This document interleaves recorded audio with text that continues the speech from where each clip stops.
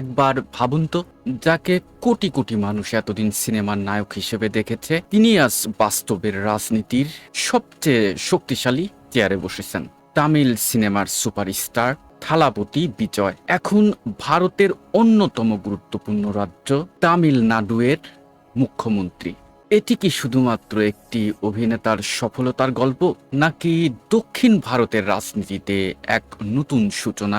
আজকের ভিডিওতে আমরা জানব কিভাবে সিনেমার জনপ্রিয়তা রাজনৈতিক শক্তিতে পরিণত হলো, কেন ঐতিহ্যবাহী দলগুলোকে পিছনে ফেলল বিজয়, এবং তিনি আদৌ সফল মুখ্যমন্ত্রী হতে পারবেন কিনা।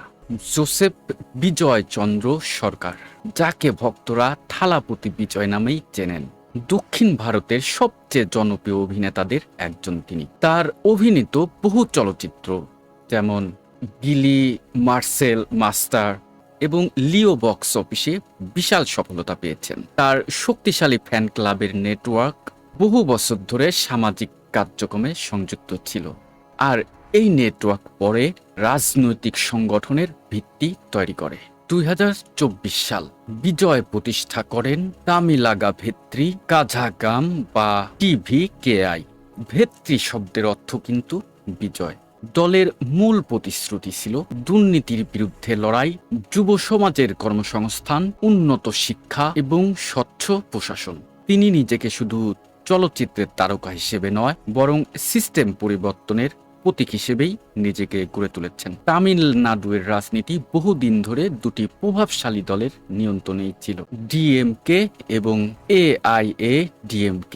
কিন্তু 2026 সালে পরিস্থিতি বদলে যায়। বিজয়ের দল TVKরা তরুণ ভোটার, প্রথমবারের ভোটার এবং পরিবর্তন প্রত্যাশী জনগণের বিপুল সমর্থন পায়। কয়েকদিনের রাজনৈতিক অনিশ্চয়তার পর জোট গঠন সম্পন্ন হয় এবং বিজয় মুখ্যমন্ত্রী হিসেবে শপথ নেন। কারণগুলো ছিল স্পষ্ট: তারকা জনপ্রিয়তা, সিনেমার মাধ্যমে মানুষের আবেগের একটি গভীর সম্পর্ক রয়েছে, শক্তিশালী ফ্যান নেটওয়ার্ক, বছরের পর বছর ধরে গড়ে ওঠা সংগঠন, পরিবর্তনের আকাঙ্ক্ষা, দীর্ঘদিনের রাজনৈতিক আধিপত্য। অনেক ভোটাররাই একটা নতুন মুখ খুঁজছিল।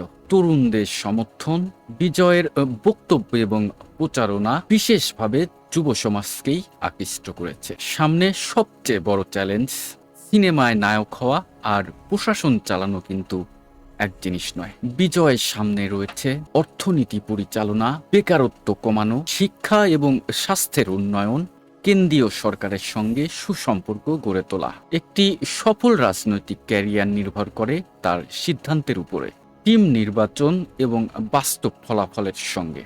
একসময় মানুষ তাকে পদ্মার নায়ক হিসেবেই দেখেছে, আজ তিনি বাস্তবের রাজনীতির কেন্দ্রবিন্দু। কিন্তু ইতিহাস শুধু জনপ্রিয়তা মনে রাখে না, মনে রাখে ফলাফলকে।